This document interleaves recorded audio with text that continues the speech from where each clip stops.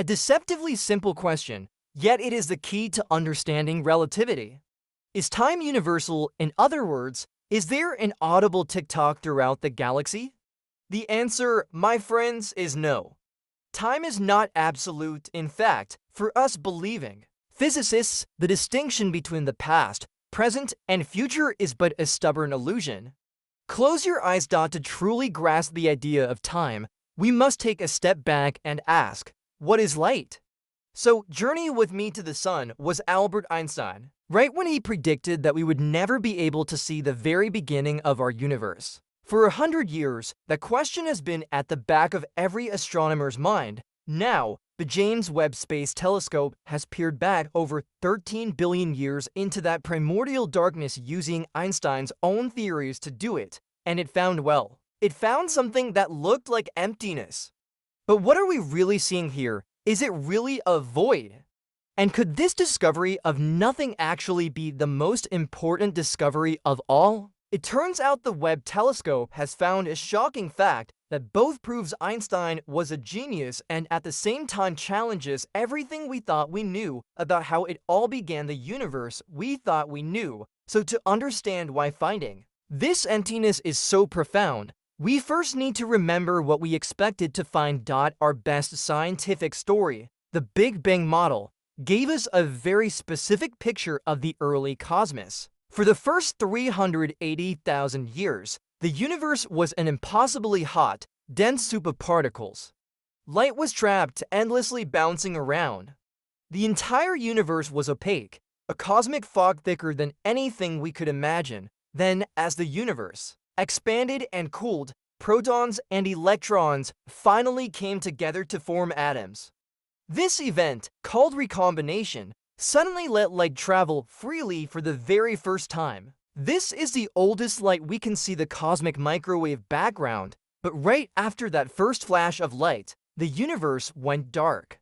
This is what scientists call the cosmic dark ages. There were no stars, no galaxies, just vast, silent clouds of hydrogen gas. This wasn't an empty universe. It was one full of a thick, light-absorbing fog. The established theory was that the first stars and galaxies would ignite slowly, like scattered embers.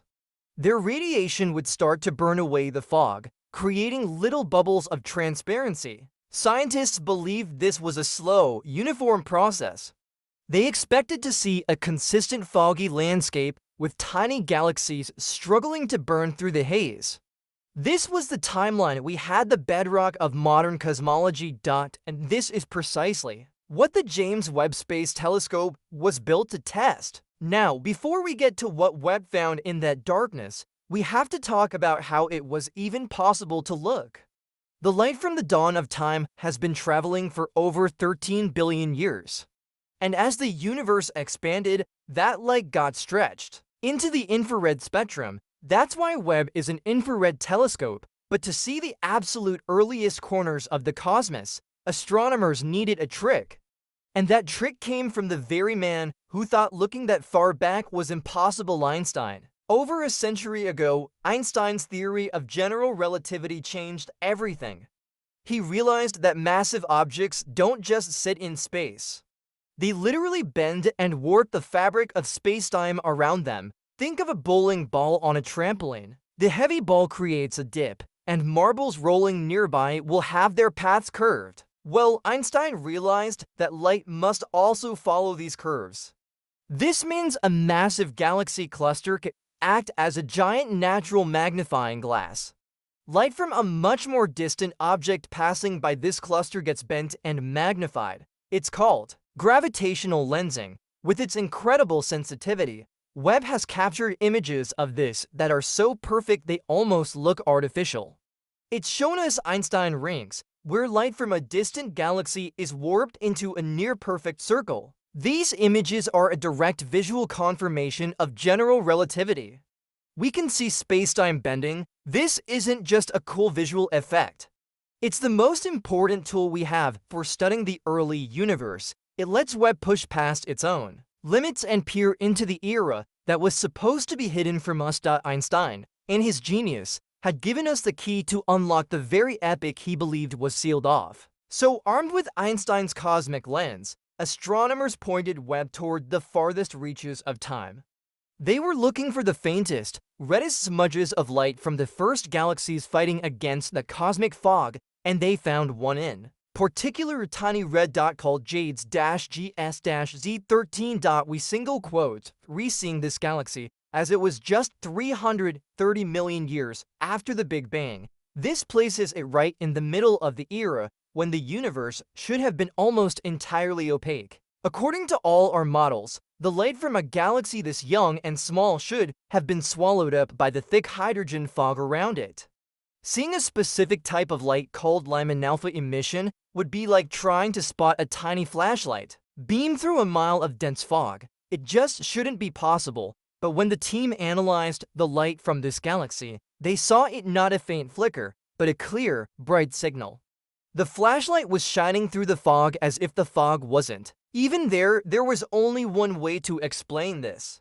The galaxy must have already cleared out a massive region of space around itself. It had somehow punched a hole in the primordial hydrogen fog, creating a bubble of perfect transparency, and this bubble was enormous, estimated to be 2 million light-years across. For perspective, that's about the distance from our Milky Way to the Andromeda galaxy. This wasn't a small clearing. It was a vast cosmic oasis, an area of shocking emptiness carved out of the haze far earlier than any model had predicted. Webb had peered into the dawn of time and found a landscape that was being violently and rapidly transformed, full of massive, inexplicable holes in the fog. A universe being rapidly transformed. This one discovery has sent shockwaves through cosmology. It fundamentally challenges our timeline of how the universe evolved. The fact that this bubble of emptiness, or really transparency, exists so early creates what scientists are calling a photon budget crisis. Basically, to ionize a bubble that big, you need a certain amount of high-energy photons, a budget of light. The way we thought early galaxies formed simply doesn't produce enough photons that quickly. This has led scientists to wonder what were the very first stars really like. One idea is that they were true monsters, known as population 3 stars, hundreds of times more massive than our sun, burning incredibly hot and bright. These stellar behemoths could have produced enough radiation to punch these holes in the cosmic fog. Another, more exotic possibility is that the energy didn't come from stars at all. Some wonder if this galaxy already hosted a supermassive black hole at its center, blasting out colossal amounts of energy. Finding a black hole that big, that early, would be another massive puzzle for our theories. What this finding from Webb suggests is that the entire era of reionization, the transition from a dark, foggy universe to a clear one, may have happened much faster and ended hundreds of millions of years earlier than we thought. It wasn't a slow, gentle sunrise. It was a violent, patchy, and chaotic process driven by forces far more powerful than we had imagined. So, we come back to the paradox. How can Einstein be right if the universe Webb has revealed is so different from what we expected? This is the beautiful thing about science. These two discoveries aren't a contradiction. Einstein was right. His theory of general relativity and its prediction of gravitational lensing has been confirmed by Webb in stunning detail. Without his theory being correct, we couldn't have even built the tool, the cosmic magnifying glass, to see this far back. We couldn't have even asked the question. Webb's discovery of these pockets of emptiness doesn't invalidate Einstein. In fact, it's a new puzzle we can only investigate because of him. The emptiness isn't a lack of matter, it's a lack of the fog that we thought was everywhere. The discovery challenges our models of galaxy formation and the timeline of the early universe, not the fundamental physics of gravity that allowed us to see it in the first place. Einstein's theory is the solid bedrock. The surprising structure of the early universe is the new territory we can now explore because that bedrock is so solid. Einstein was right about how gravity works. And because he was right, we now know we were wrong about how quickly the universe lit up. The James Webb Space Telescope has opened a new window onto the cosmos. Through it, we've seen Einstein's century-old predictions proven right in stunning detail. And yet, we've also glimpsed a cosmic dawn that is chaotic, patchy, and evolving with a speed that defies our models. The discovery of these vast bubbles of transparency has shown us that the first galaxies were not timid sparks in the dark, but cosmic engines of immense power that reshaped their environment with a ferocity we are still struggling to explain. And the deeper Webb looks, the more questions it uncovers. What truly powered these first galaxies? Were they filled with monstrous stars or born around primordial black holes? What does this rapid, violent transformation tell us about our own cosmic origins?